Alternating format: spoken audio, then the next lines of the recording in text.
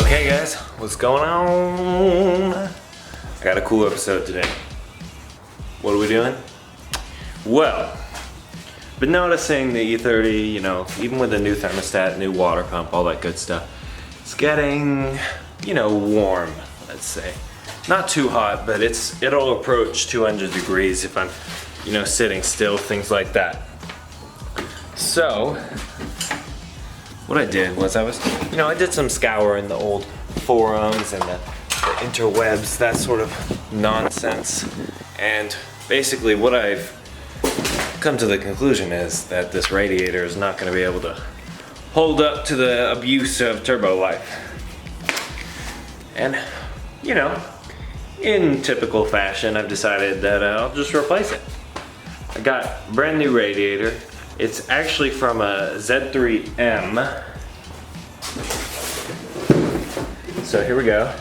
I just picked it up from FCP. They're not crazy expensive, but here we go.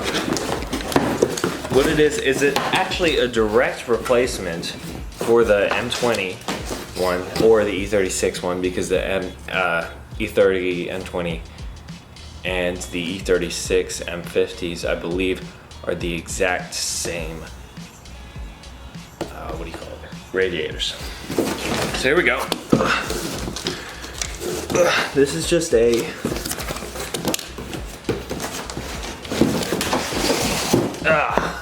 Behr Z3M radiator, and this will fit right in.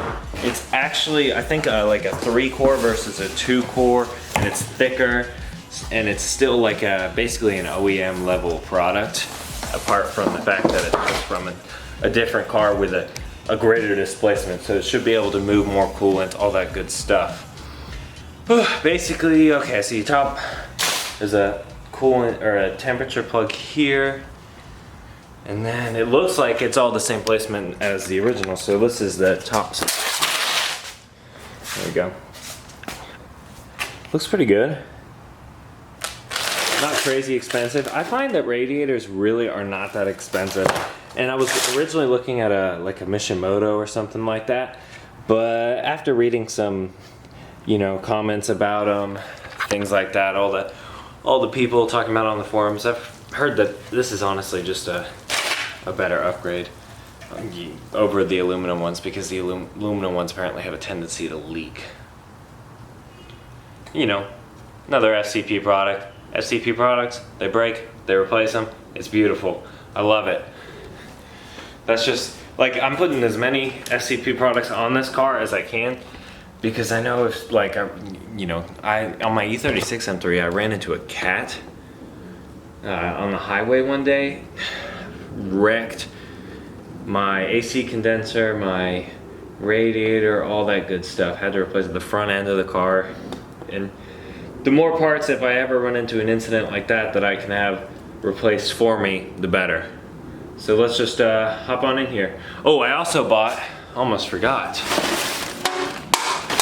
because I wasn't 100% sure on the condition of the clutch fan, I just went ahead and bought a replacement Meyle one from the FCP as well. Same story.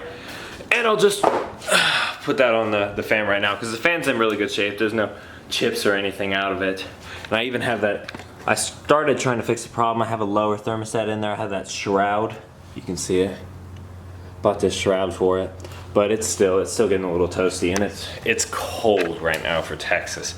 Probably like in the 50s and 60s and things like that. So I know it's only gonna get warmer on those 100-degree days. I want it to be able to stay cool. Let's get to it. Now, you could do just the radiator, you could do just the fan clutch, but the thing is, you have to pull the radiator out to do the fan clutch anyway. So if I was to do the radiator and then say, oh crap, it's still getting hot at like idle, then I'd have to go buy a new fan clutch and do this whole process over again. Just saving myself some time, I'm gonna do it all right now.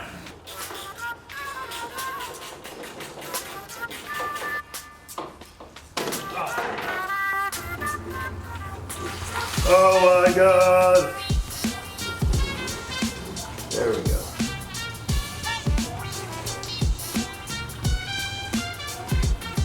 It's such a bad habit. Do you guys just like leave damn razor blades and shit about? Oh, is that it? Nope. I will just put razor blades down all the time. It's not like it's like an occasional thing. I'll have a razor blade, I'll just leave it in the engine bay. Just chilling. Radiator.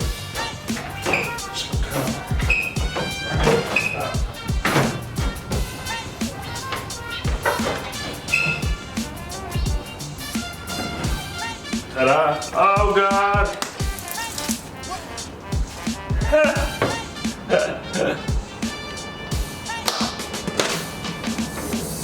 Don't do that! Oh my gosh. This wrench comes over it, and then they split. I think I got it.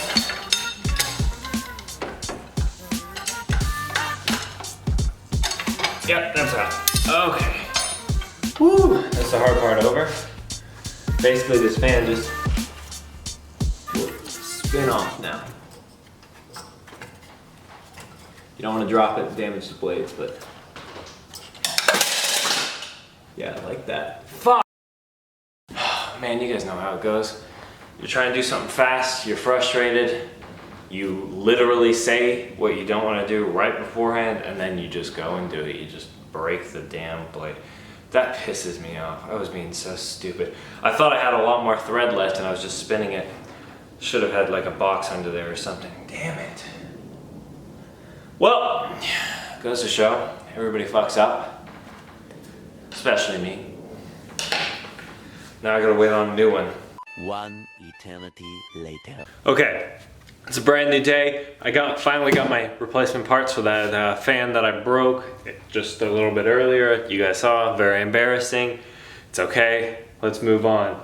It is currently like 30 degrees in Texas, which is a little bit frustrating, but I just have garage door closed, wearing a sweatshirt, nice and comfy in here. It's going good, it's going good. Okay, let me just open this box, set it down right here.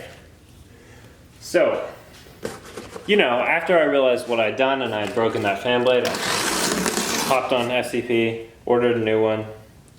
I got it in actually pretty quick. It's amazing how fast this stuff gets you.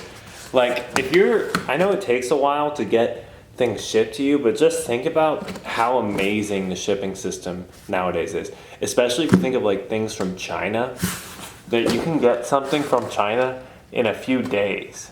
Think about the distance that object has to cover just for you and the price that they do it for. It always amazes me, especially when places offer like free shipping, like Amazon or things like that. You know, 2-day free shipping with like Prime and stuff like that is crazy. It's crazy just to think about, but we live with it every day, so it's sort of just something we're used to, and I think we kind of take it for granted. Anyway.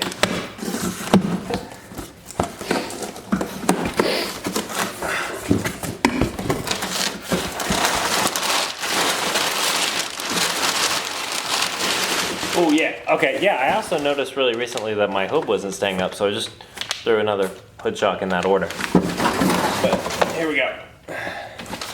Another receipt. This box. That weighs.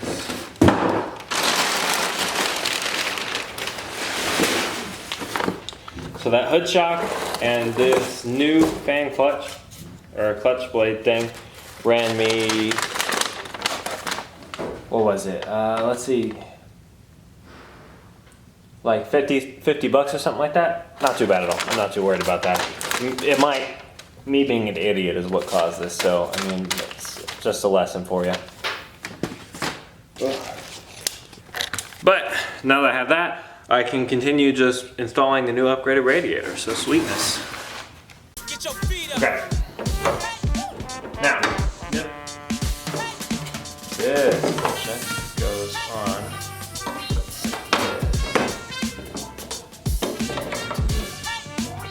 Are you serious? Is this not fit? Okay, thank God. I was gonna be so pissed. Okay, that just goes on like this, and this.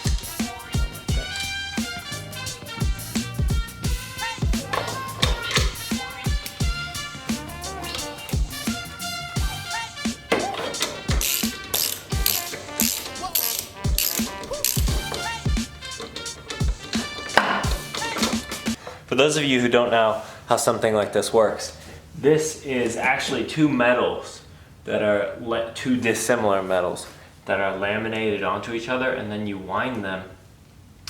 And different metals have different expansion and like retraction rates. So these will be expansion because they're getting hotter. So different metals will expand at different temperatures, different lengths. So what happens as these two metals heat up to the same temperature, one will become longer than the other, and it will change this dial in the middle, which will, I'm guessing, change the guide vanes in this to either lock it up or let it free. So either it's like at, I guess, 30% or 100% whenever it's at the operating temperature or at like overheating or something. But this just sits right behind the radiator like so, and these metals will be at the temperature of the radiator, so at the temperature of your cooling system, and that will determine how fast and how much like force this fan spins with. All right, so the actual nut that holds this on is reverse threaded and it's connected to the fan clutch. So you take it and you put it on the water pump pulley, and then you turn it like you're loosening it, and that will tighten it up, as you probably saw earlier when I was removing it. So flip it on, just in front of the fan clutch. This is definitely a squeeze, and you don't want to ruin any of the fan blades or anything like that. You just sort of gently wiggle it. Oh, definitely here.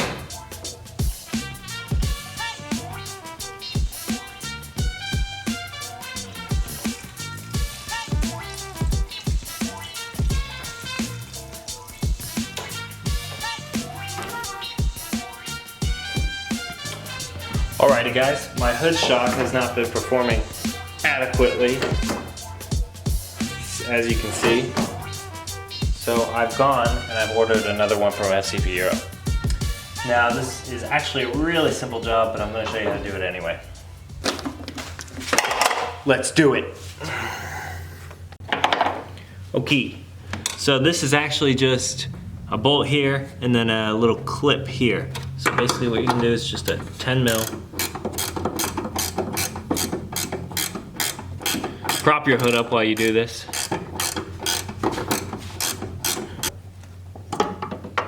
You gotta pry the top and then press it off with a little screwdriver. Ta-da. Easy peasy. So this has to come up because it's locking, and then the whole thing slides off. So now this will wiggle free. You've got this crappy hood shock at Dunsky. This one pops on, same position. Then you literally just press this new clip back into place with your fat fingers, Jesus.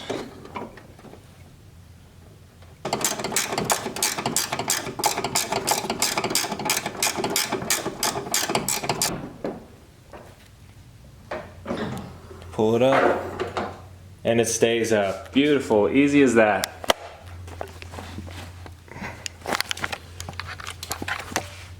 That's such a satisfying thing. I think those are only like 10 or 15 bucks from SCP. And it makes a world of difference whenever you're working on something under the hood and you know it keeps flopping down on you and things like that. You have to get a stick. It's so easy to do, just do it. So that's pretty much it. It was a good, simple mod. I highly recommend it for anyone sort of looking to do budget cooling upgrade. I'll update as to how it's performing and how it's keeping the car cool with the big turbo on it and things like that. But that's it, you know, just hook up your thermostat connector on the side to make sure that your auxiliary fan will flip on. Just make sure everything is not touching, make sure all your hose clamps are tight, and make sure you bleed it properly. That's really important. I have a whole nother video on how to bleed it with the pump and everything if you're having a lot of trouble. But most of the time, just running it and revving it up and letting it reach idle temperature and cracking that bleed valve at an incline. So put the front up on jacks will do the job. Good luck, guys. I hope you learned something. I hope it was interesting. Thanks for watching. Peace out.